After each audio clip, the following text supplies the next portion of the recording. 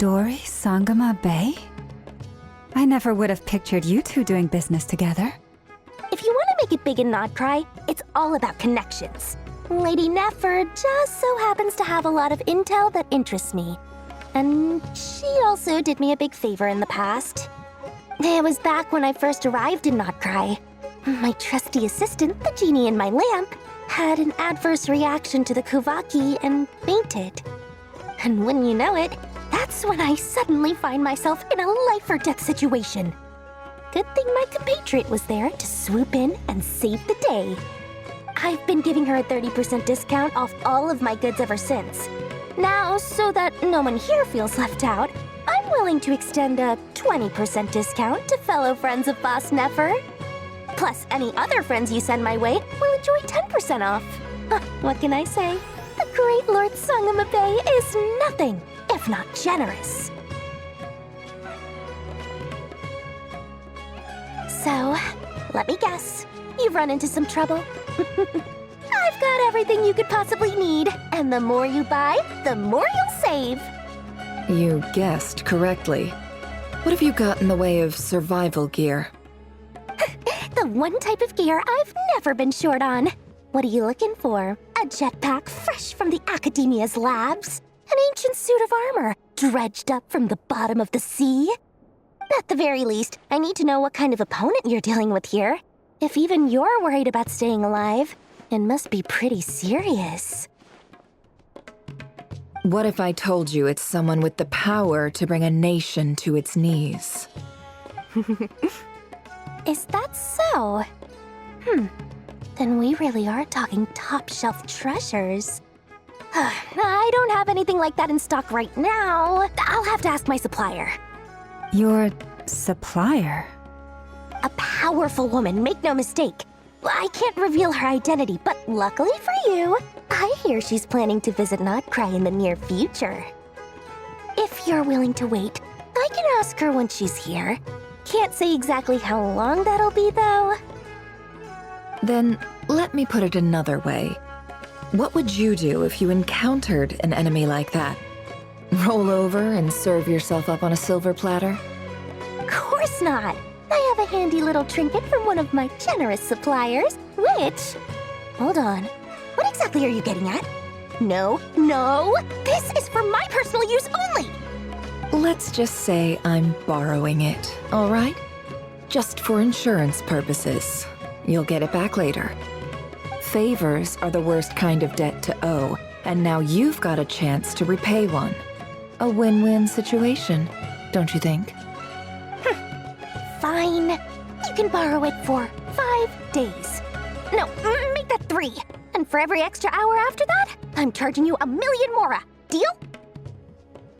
Deal.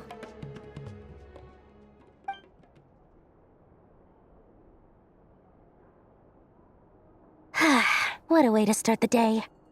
Now, was there anything else you wanted? Or can I go back to bed now?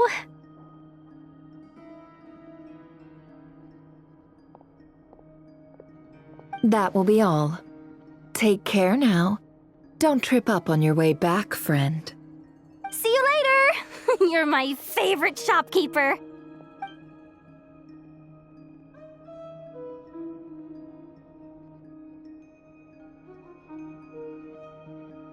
Excellent. Everything is well and truly ready. The ceremony can now begin. After initiating the ceremony, your minds will follow me wherever I go. You will see many strange things in your mind's eye. So remember, don't be frightened, and don't make a sound. Now then, let us peer into the Raker of Solnari's past.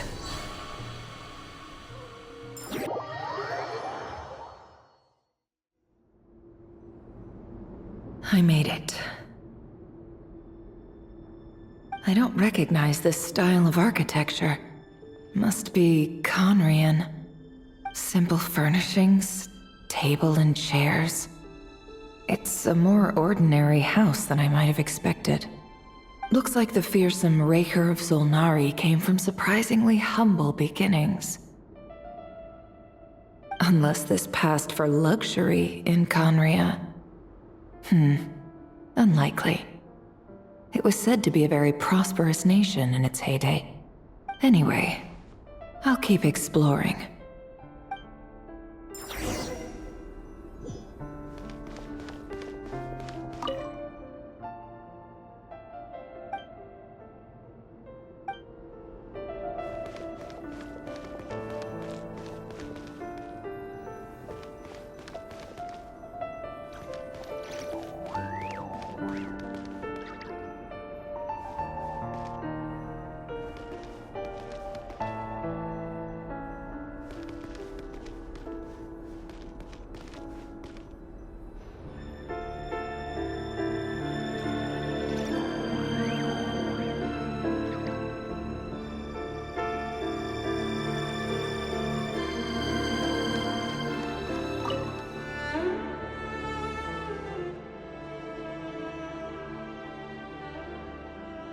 Hi, Rivier. Since you're working extra hours tonight, I thought I'd keep myself busy by checking out that new kebab shop. I've heard good things about their menu. I'll test it out, and if it's as good as everyone's saying, let's go back together sometime. P.S. New stash from the Universitas Magistrorum. I brought some goodies home. A few teacups and a pin rack. Hope you like them. They didn't sign their name, but they must have been close. Sounds like they were living together.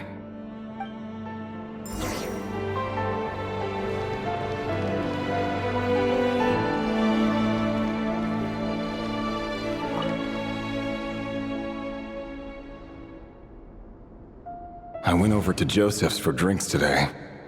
They have a fine collection, but I went alone. Felindis was tied up with something and couldn't make it.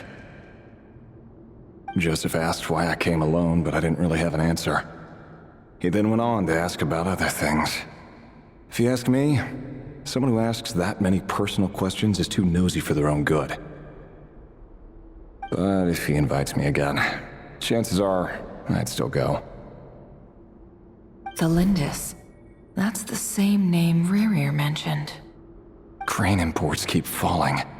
If things don't pick up, we'll soon be back to meat and mushrooms only. Honestly, I'm not a huge fan of that new type of mushroom everyone's been into lately. Didn't it start out as a lab-grown variety? I heard it's even mildly corrosive. Seriously, why would you even eat something like that? I don't care if it's an impressive feat of alchemy. That just isn't the kind of thing I like to eat. Grain has to be imported, and they're eating a diet of mostly meat and mushrooms.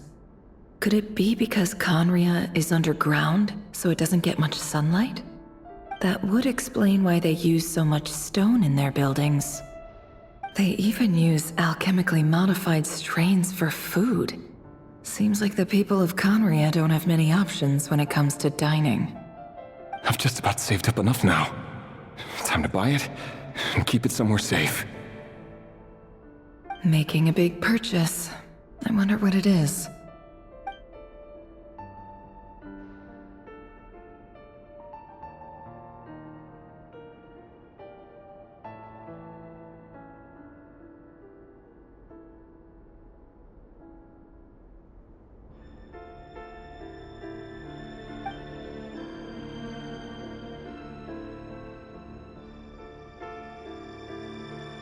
He really is a professional. No wonder he's so good at covering his tracks. Despite what he's become, it seems like he's retained certain habits, at least in this regard.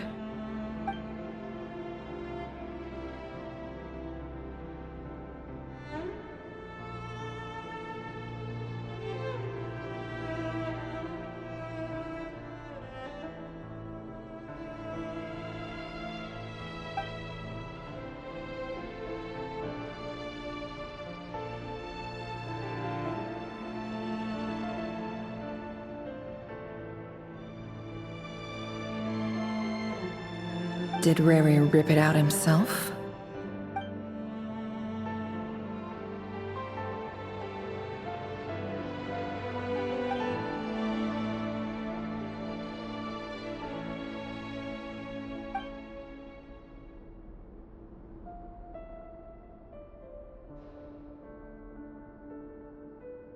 Before I met you, I was convinced that my heart was nothing more than a stagnant pool, the burial place of a fallen moon, a withered, windless grove where the waters rested forever unrippled. It was you who helped me see that my heart hadn't entirely withered away, that it could still beat to the rhythm of love. This is just trivial sentimentality from the looks of it. Why would he go to the trouble of hiding that? The burial place of a fallen moon.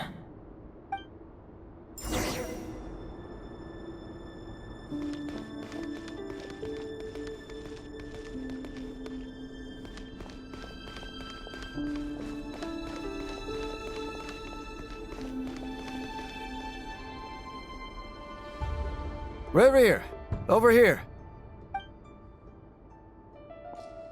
Dane! Oh, and, Vediflin here? What a surprise to see you here, sir. Hello there, Reverie. You need not address me so formally outside of court. He doesn't get that much free time, so I invited him over for a drink. Even the court prophet deserves a break every now and then, right? Well, I'm flattered. So, what are we discussing today? Hey, don't look at me. As far as I see it, we don't need an excuse to have a few drinks. Come on, don't give us that. Didn't you say you were about to pop the big question? How's that coming along?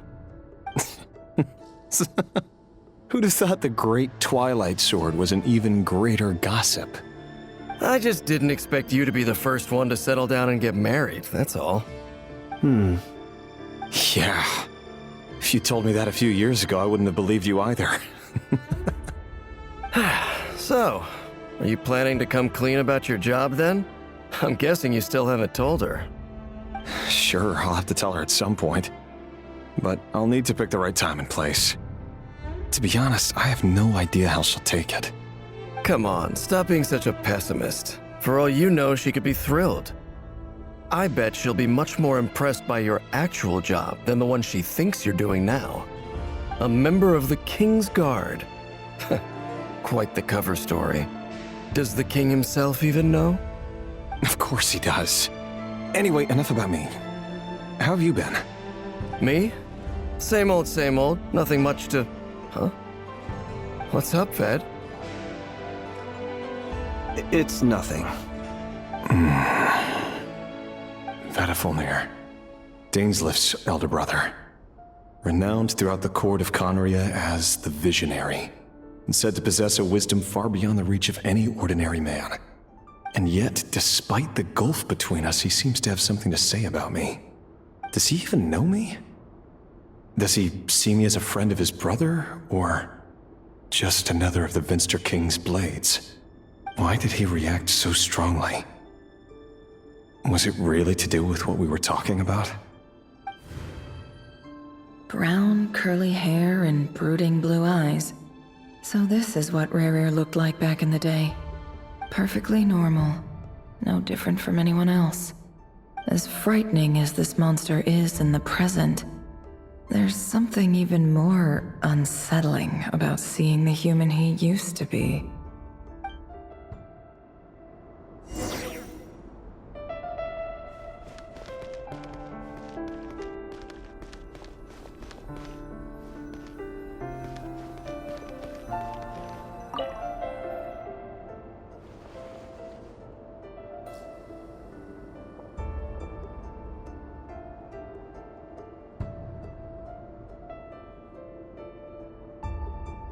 Felindis? You're back early? Our equipment's being serviced today, so I got off earlier than usual. How's your day been? Aw, why the long face? Is something the matter? Has your boss been giving you a hard time again? Went for a drink with Dane and the others after work. Isn't that a good thing?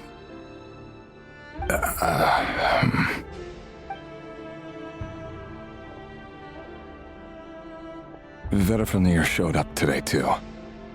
You know, Dainslift's older brother. Ah, Mr. Vediflin. Yes, I've heard of him. They say that everything he says ends up coming true. He overheard Dainsleif mention that I'd recently proposed and seemed to have an issue with it. But when I asked what it was, he kept it to himself. So, you're worried? You could be such a child sometimes, Revier. We're nobodies. Why would the visionary be concerned about us? I'm sure someone in his position has much bigger fish to fry. Maybe you're right. You worry too much, Revier. We've been together for ages now, and everything's been going so well, has it not? You've even proposed to me. So, you do remember. Tell me then. What's your answer? Like I said, I need some time to decide. You can't just rush into things like this. We may be nobodies in the grand scheme of things, but if we want things to work out, we've still got to plan ahead. All right. Take your time. Just don't keep me waiting forever. Nobodies. Sounds about right. In the eyes of people like Vedalfnir and Dainsleif, what do we matter? Can someone whose gaze is so fixed on a far-flung future even see the present clearly? Besides, the dynasty's fate rests with the king and his inner circle. Whatever I do, it won't make much difference. Meanwhile, every idea they come up with and every decision they make, it affects everything. These days, the king is lost in his research, and the purge of the Crimson Moon bloodline grows ever more intense. The opposition tried to speak out, but nothing came of it. And I'm under no illusions as to why. Because we eliminated them and got rid of their bodies. A man can have 1,000 reasons to carry a sword, but there are few good excuses to use it. Yet the king has never even considered a gentler approach, and he never will. What becomes of someone who kills on another's behalf? Can he ever find true peace?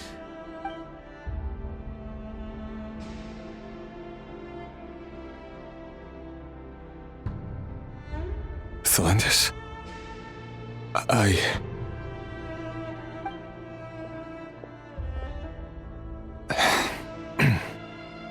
It's nothing. You were right. Fate has never smiled upon nobodies like us. But by the same token, it's unlikely to bear a grudge against us either. There's no reason we can't keep living happily together, cherishing the simple joys of each day as they come. See? You just need to stay positive, Revier. I can feel your warmth, your breath. You're right there, right by my side. Just seeing you makes me happy in a way I can't explain, and that's something that no one could ever take away from me. So smile, my love. Let go of that frown. You're right, Thelindis. I've just been overthinking things. That's better. Getting caught up about things like this will only ruin our evening. Speaking of which, all set for the ball tonight? I need to go get ready. You go ahead. I just have a few things to take care of, then I'll come join you. Even busier than the big shots, huh? Fine, I'll go get started. But don't be late. If you keep me waiting too long, I won't be a happy bunny. Relax. I'll be there. Seriously, though, you drive a hard bargain. You're really gonna leave my proposal hanging and still expect me to take you to the ball? Well, that goes without saying. I already told everyone I'd be coming with a dance partner. Besides, they're two completely different things. Let's take it one thing at a time, all right? All right. White outfit it is. It seems like Rerir was deliberately hiding his ties to the intelligence services by giving the impression that he was just an ordinary member of the Venster King's Guard. He clearly doesn't want his would-be fiancée to know about his other life. Then again, that's hardly surprising. People in the intelligence trade rarely do. Who'd have thought we were in the same line of work? Let's dig a little deeper.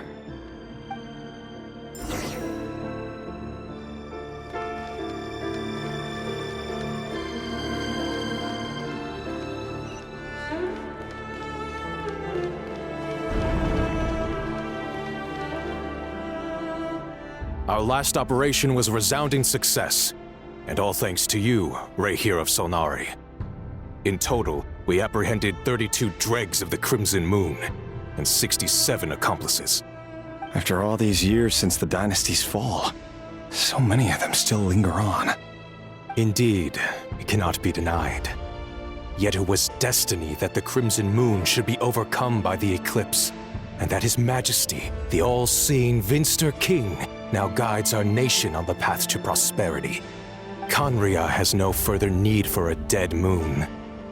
But alas, there will always be those who refuse to see the truth, choosing instead to romanticize the past. That's not entirely true. Much about the Crimson Moon era was worthy of remembrance, and that's exactly why they keep trying to see it restored. Many of its secrets remain unsolved to this day. As it happens, that's precisely the field of study my partner is devoted to. You still haven't told her what you really do for a living. Where would I even start? How do you tell someone that you're one of the king's hand-picked executioners? That your hands are steeped in blood? You didn't choose this life, any more than I did. Orphans like us don't get a say. But I'll sure as heck be the one to pay for it. Speaking of which, we need to be more rigorous in the way we identify direct descendants of the Crimson Moon. Someone, it seems, has strong opinions about my future plans. Most likely my marriage in particular. I have a feeling that we may soon become targets of the Crimson Moon's retribution. Your concerns are not unfounded. They've taken out many of our colleagues these past few years, and for that very reason. These are no helpless lambs we're leading to the slaughter. They're wolves in sheep's clothing. Take care, Ray here of Solnari. I look forward to toasting you at your wedding. Thanks, Thorkel. You look after yourself, too.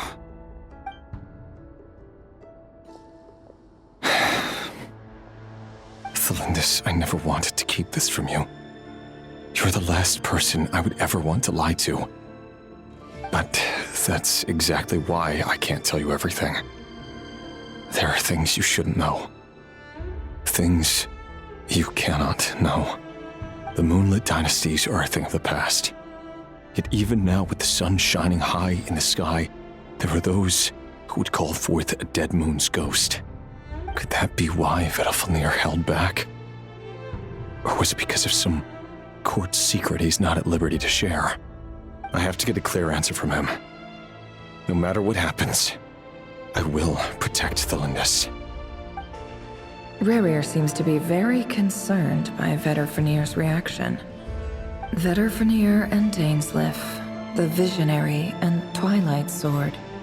So that's what they were really like. I've investigated this whole area now. There doesn't seem to be any other memories here. Should I try somewhere else? Wait a second. What's this black smoke?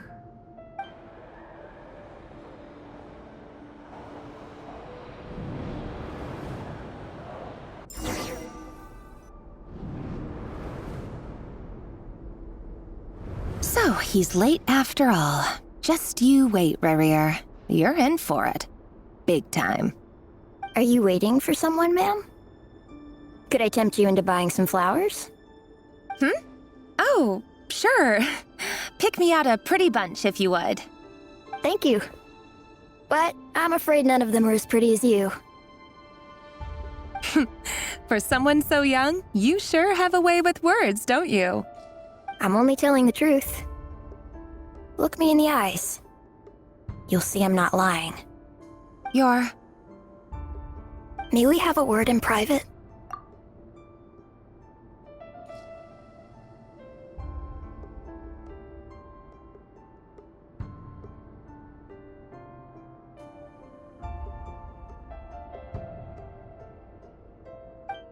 Who are you?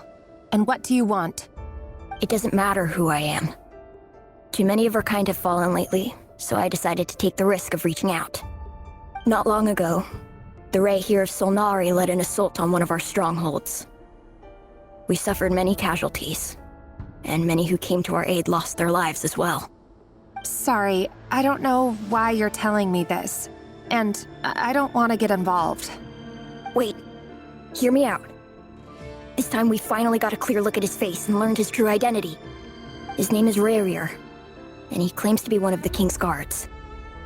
What did you say? A cruel irony, isn't it? The man you're set to marry leads a double life as a brutal executioner. But surely, you must have caught a whiff of the blood on his hands. Why are you telling me all of this now? Simple. It's because... How strange. Rarier was nowhere to be seen in that memory. It clearly belonged to the Lindis. Rarier couldn't possibly know what happened if he wasn't even there. Why would her memories appear in his fragment? The ceremony won't last much longer. I think it's time to call it a day.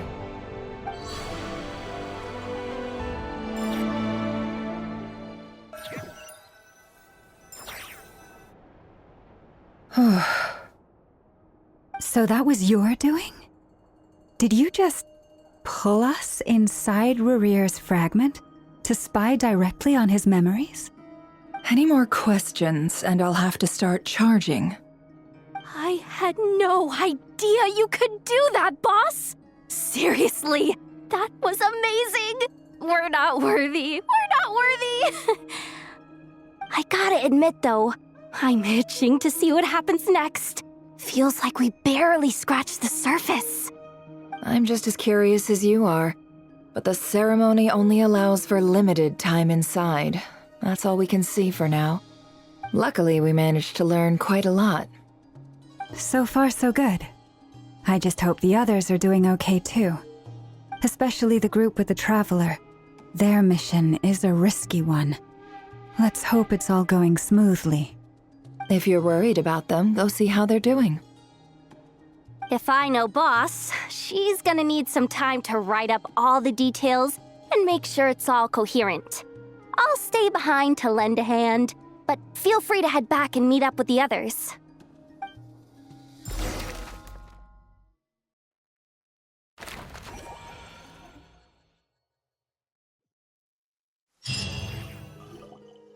Oh, they've been prowling around for nearly 2 days now. These things just won't quit. Oh, they might not have seen us yet, but them constantly sweeping the area, our way out is completely blocked. Oh, that's never gonna work.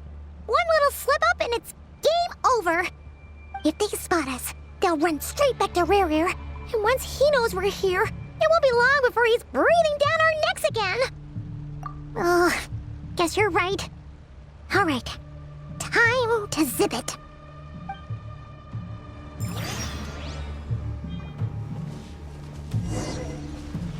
Quick, hide! We almost got spotted! Phew, that was a close call.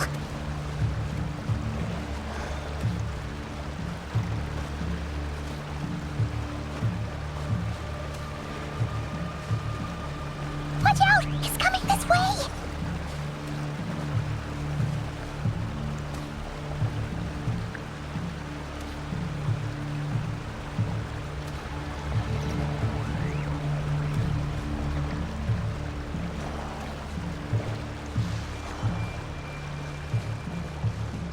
Keep going. We're nearly there. This is the final hurdle.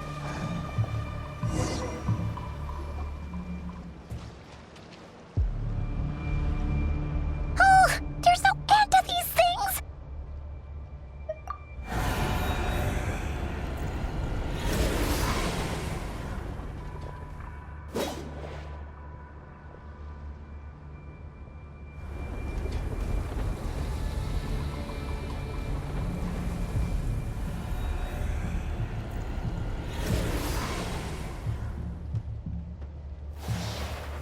Fire. Fire? Wait, what's that smell? Oh no, there's a fire!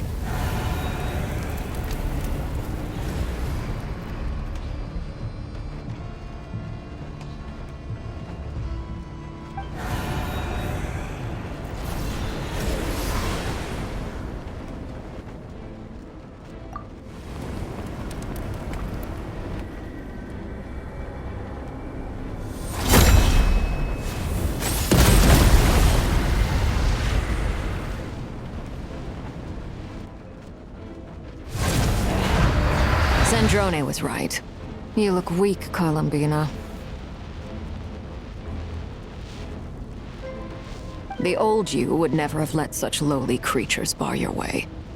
Word has it that you did something for the Tsaritsa, and that's why you've lost most of your power. Freedom comes at a heavy price, doesn't it? It's Arlecchino! You came! Hello again, Columbina. And greetings, guests of the House of the Hearth. It's been a while, Arlecchino.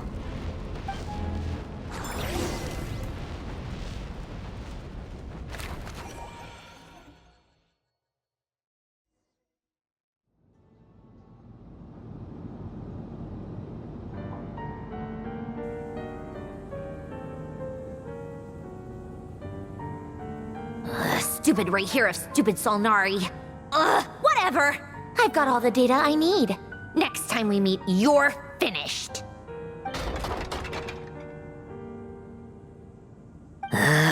He sure doesn't pull his punches. Excuse me, do you need a hand? You can do me a favor by staying out of my way. Can't you see I'm busy? Wait a minute. I recognize that voice.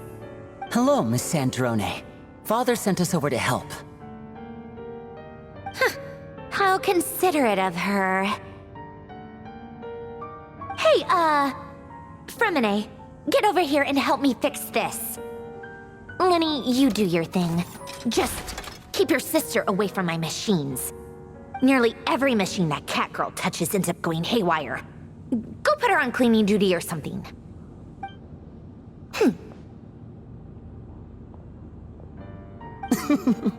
Then let's start downstairs. Fremine, we'll leave this place to you. You've got it. Wait a second. Pretty sure there's still some tea in the cupboard. If you want some, you'll have to make it yourselves.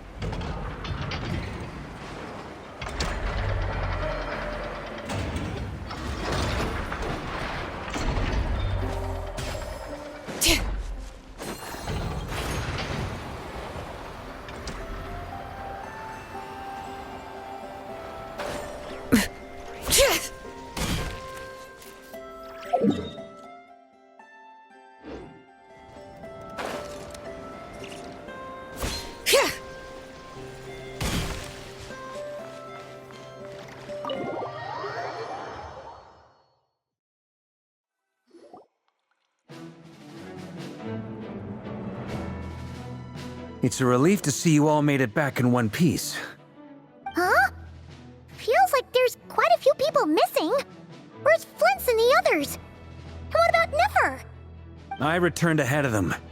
Flint is helping Aino and Anefa to set up the decoys and buy us some time. As for Miss Nefer... Boss is still wrapping things up on her end. She sent us back to fill you all in on the top secret intel we've been gathering. I see. Then let's get right into it. But first, who do we have here? You brought someone else in to help? Greetings. I was invited here to help as a longtime Tea Party companion of Columbina's. You may call me Arlecchino. Surely it can't be. Those eyes. Oh, where have I seen them before? Wait, of course. In those memories we just saw. The only Arlecchino I know is the fourth of the Fatui Harbingers. So either you share a pretty uncommon name, or you're more than just a Tea Party buddy. You are well informed, Grandmaster. A man from Mondstadt living all the way out here in Nodcry, and yet the people and affairs of Snezhnaya seem to hold a special place in your heart. Oh, the feeling's mutual. Sounds like you know all about who I am, too. A Fatui Harbinger. The atmosphere in here just got really tense. Guess we can't just start trusting Fatui Harbingers, even at a time like this. I must admit, though, I'm a little curious. Seeing as the moon goddess no longer belongs to the Fatui, what makes you so willing to put your neck on the line here? Nor does Nodcry belong to Mondstadt, Mr. Varka. Yet still, you're fighting for it all the same. Things don't always have to have a tangible payoff. Sometimes, stopping things from spiraling out of control is a higher priority than chasing the spoils of victory. Of course, I can't say there's nothing in it for me at all. But that's between Columbina and myself. Forgive me. I don't mean to doubt you. It's just that the Fatui really have been the source of many of our troubles. We have our own way of doing things here in Nodcry. But ever since they arrived, the Fatui have treated us with nothing but hostility. I know there's been a lot of bad blood between us in the past. I've done my utmost to avoid friction whenever I could. But sometimes fundamental conflicts of interest simply can't be settled amicably. That's why I'm here solely in a personal capacity. This has nothing to do with the Fatui. As a gesture of good faith, I'll be frank. I can help Columbina track down the iridescent moon's marrow, which will help her restore more of her power. Anyway, what else is on the agenda? Let's begin. She says she'll be frank, then completely skips over the details. Looks like she doesn't want to give away too many secrets after all. But she clearly wants to change the subject. It'd be awkward if I tried to bring it up again now. I guess we'll just have to go along with it. She's the fourth of the Fatui Harbingers after all. One look and you can tell she's not someone you'd want to mess with.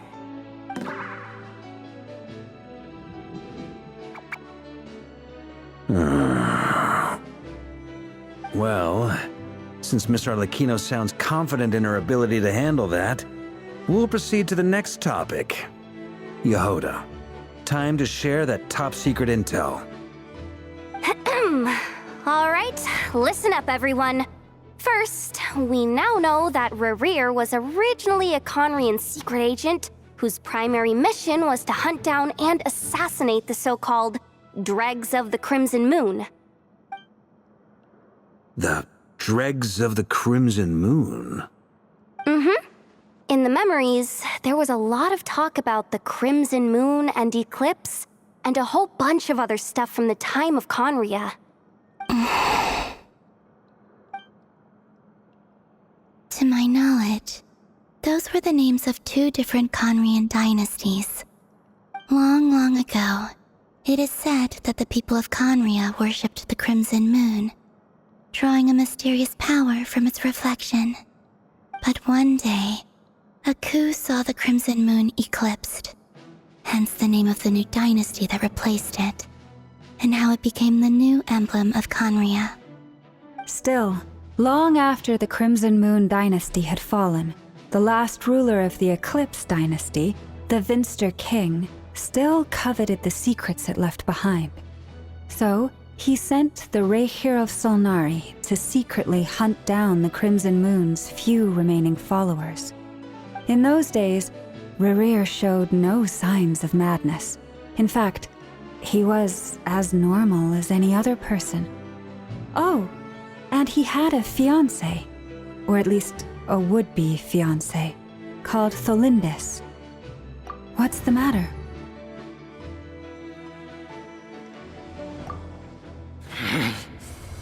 Verfnir, Rheindaughter, Tholindis, Tholindis. Interesting. Anything else? What about this would-be fiancé of his? Do we know anything about her? Well, she was a researcher at the Universitas Magistrorum, but it felt like she was hiding some kind of secret. Oh, and one more thing. For some reason, Rerir's fragment also contained some of Tholindis' memories, though only a very small portion. Well, no shortage of potential leads, I'll give you that. In any case, it sounds like we can conclude that while Thelindis was still around, Rarier appeared to be lucid and quite normal. Thelindis, it seems, must have been the one thing in this world that he couldn't let go of. Tell me though, were these pure-blood Conorians we're talking about here? Why do you need to know that? Hold on. If she was a pure-blood Conrian... Oh yeah, just like how it was with the captain. If we could somehow find her, do you think there's any chance Rarier might regain some of his sanity? It's possible, but it would take a miracle. We can't pin all our hopes on that. That merchant who Nefer knows, Dori Sangama Bay. Maybe we could hire her to look into it. All right then. Let's keep working in our separate teams. Traveler, Paimon, Kutar, and Miss Arlecchino will go look for the iridescent moon's marrow. As for the others... On the way over here, I noticed that the wild hunt monsters had grown even more frenzied in their search for Kutar. At this rate, the people living here will be in grave danger too. So I'm thinking of gathering together some of our followers to go wipe them out. I'll head back to the curatorium and meet up with the boss. Feels good knowing we've all got something to be getting on with. Given that the Wild Hunt has been a lot more active lately, the Lightkeepers have likely begun their own operations too. If that is the case, someone will need to pass the news on to Flint's. I'll hold the fort for now, then discuss our next move with Flint's, Aino, and Anefa when they get back. All right then. Well, the clock's ticking. If that's everything, we'll be on our way. We'd better get moving too. We'll try to buy you as much time as we can. Relax. Just do your thing. Now, I decided to call in some backup since things are getting so hairy. Our reinforcements should be here any minute now. Stay safe, everyone. Dismissed.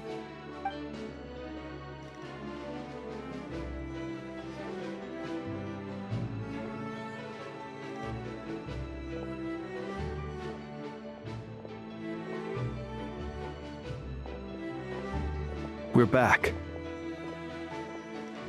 Did we get here a little early? Or a little late? A tad late. The others have already set off. To summarize, our resident moon goddess has found us a new ally, and Boss Nefer has uncovered some promising info. Everything going smoothly on your end? Not great. I don't know how long we can stall them for. The decoys are getting taken out way faster than we imagined. I'm gonna make some more later, but I need a timeout first. I'm so tired right now. Oh, right! Inefa, could you fill in Uncle Varka on what we just discussed with Flint's? Sure. Uncle Varka, you previously told us about how when you went to investigate a source of the Wild Hunt in Amsvartnir, you discovered that it was just a diversion. But according to Flint's intel, several outbreaks of the Wild Hunt had already occurred in Notcry in the period leading up to that. That was before Rarier had regained his body, when he was far from regaining his full strength. In other words, in theory at least, he still lacked the means to act in two places at once. Flint's, with everything that's been happening, the Lightkeepers across Notcry are rallying to fight back against the Wild Hunt. They're gonna need your help. I know, I'm sure you're capable of coming up with something far more effective than decoys. But for now, you should stay here and get some rest. Anefa and I will head back over to Amsvartnir to see if there's anything I missed. I told you Uncle Varka would say that, didn't I? A deal is a deal. Not a word about my snack intake for the next week. Database updated. Reliability of Aino's predictions increased. What does that mean? They were betting on how you'd respond after hearing their intel. It's the obvious choice, isn't it? That's hardly worth betting on. We already decided that Anefa should go investigate the situation over at Amsvartnir on her own. You might as well stay here and keep watch. Someone needs to hang back and oversee our strategy meetings. And besides, You still haven't fully recovered from ambushing Rerir. So I've ended up with the easiest assignment. Well, I appreciate it, everyone. See you when you get back.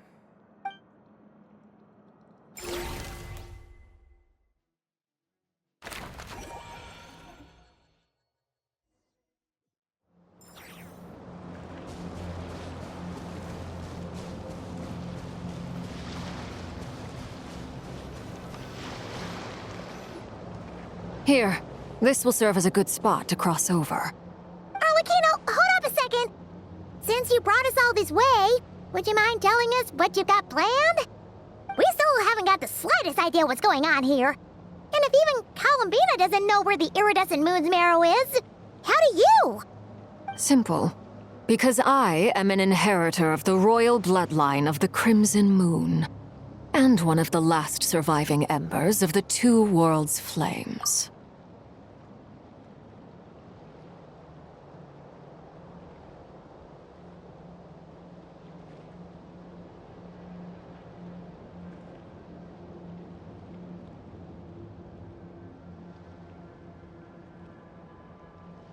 Huh? Are you serious?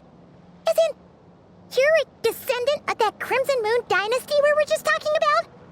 The one from ancient Conria? Your surprise is understandable. I was also taken aback when I first learned of it. But the more I thought about it, the more I realized the signs had been there all along. When I was young, I discovered I could wield a very special kind of fire. It coursed like blood through my veins and smoldered away inside my nerves. What's more, whenever I experienced strong bursts of emotion or drew too deeply on this power, it was like some kind of presence within the fire would begin to gnaw away at me, consuming me from the inside out. Exactly. That is why my hands are like this too. At first, I saw it only as a curse, but once I became a harbinger, the jester apprised me of the truth.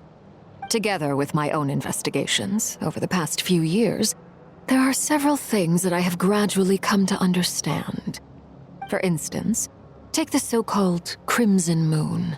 In truth, it is nothing more than the shattered remnants of the iridescent moon, fused with the abyss to prolong its lifespan. Since this blood flame was bestowed upon me by the Crimson Moon, it is a fusion of the iridescent moon's former power and the corruption of the abyss. You all understand the nature of the abyss well enough. I draw upon its power, and in return, it hungers for my soul. This strange blackness is the mark of corruption it has left behind. If I recall correctly, you once told me that if the corruption ever made it to your heart, you'd become a completely different person. Yes, and that's the reason I'm always careful not to push my power too far. It's essentially a never-ending tug-of-war. Whew. Sounds intense. Anyway, the rest of my story can wait. Is there anything else about the Crimson Moon or the Iridescent Moon that you're unclear about? Paimon has a question. So, the Crimson Moon that the Carians used to worship was actually the Iridescent Moon, right? Which was one of the three Moon Sisters.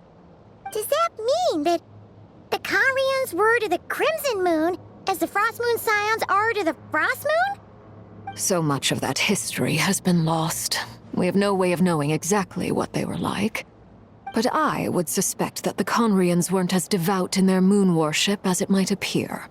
The iridescent moon's remains simply served as their link to the abyss. Later on, perhaps someone discovered a way to make direct contact with the abyss. Or maybe there was some kind of ideological divide. Either way, a dissenting faction staged a coup and drove out the royal heirs of the Crimson Moon dynasty.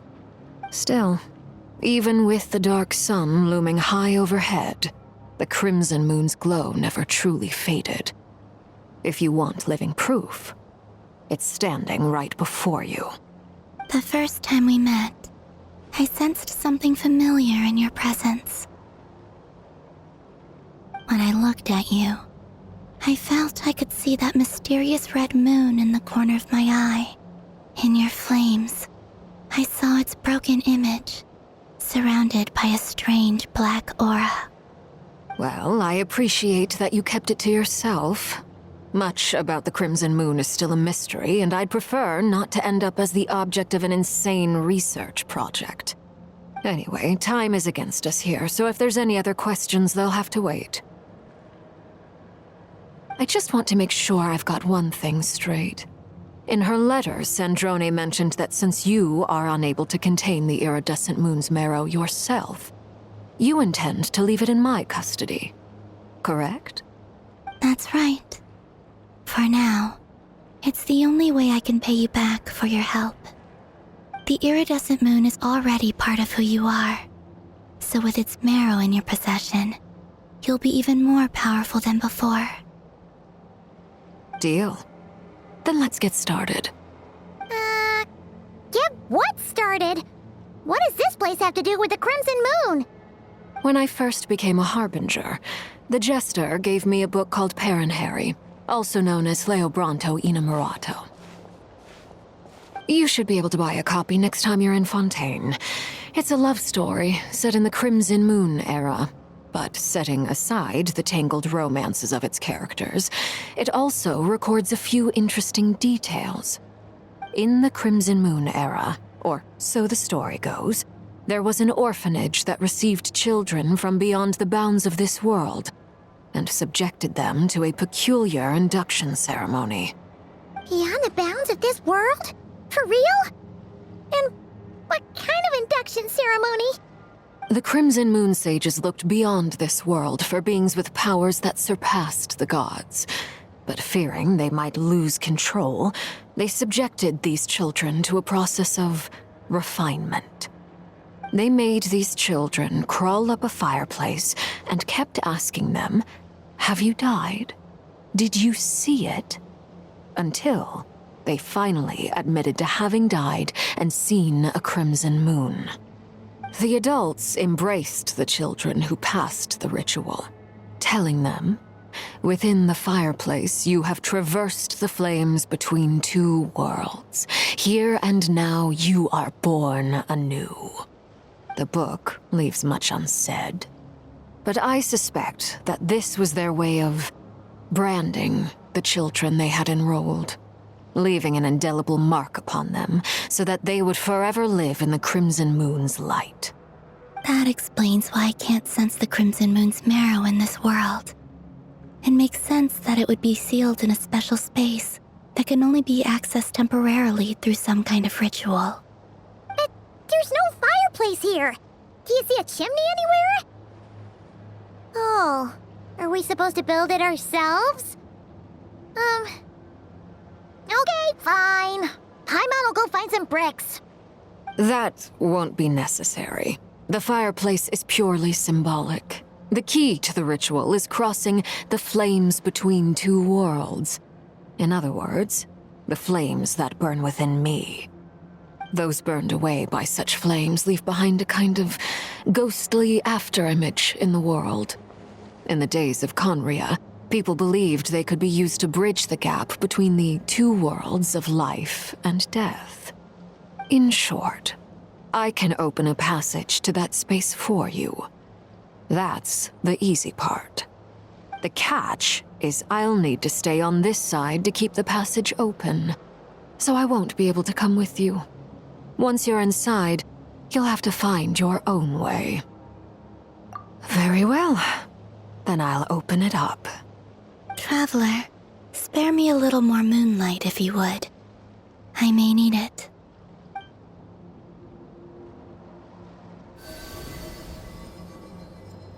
Thank you. I feel like I've recovered some of my strength now. It should be enough to move us across short distances and confront whatever dangers might await.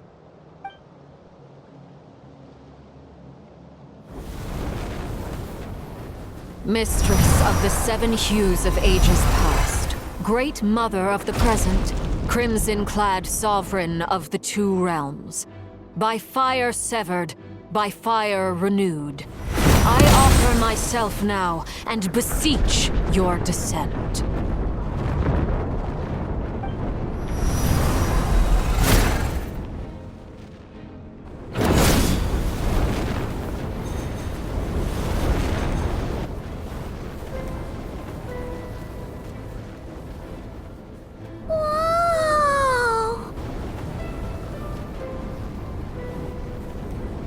One word of advice. As you're crossing over, no matter what voices you hear, do not answer. Got it. I sense a sinister gloom inside, but also the familiar light of the moon.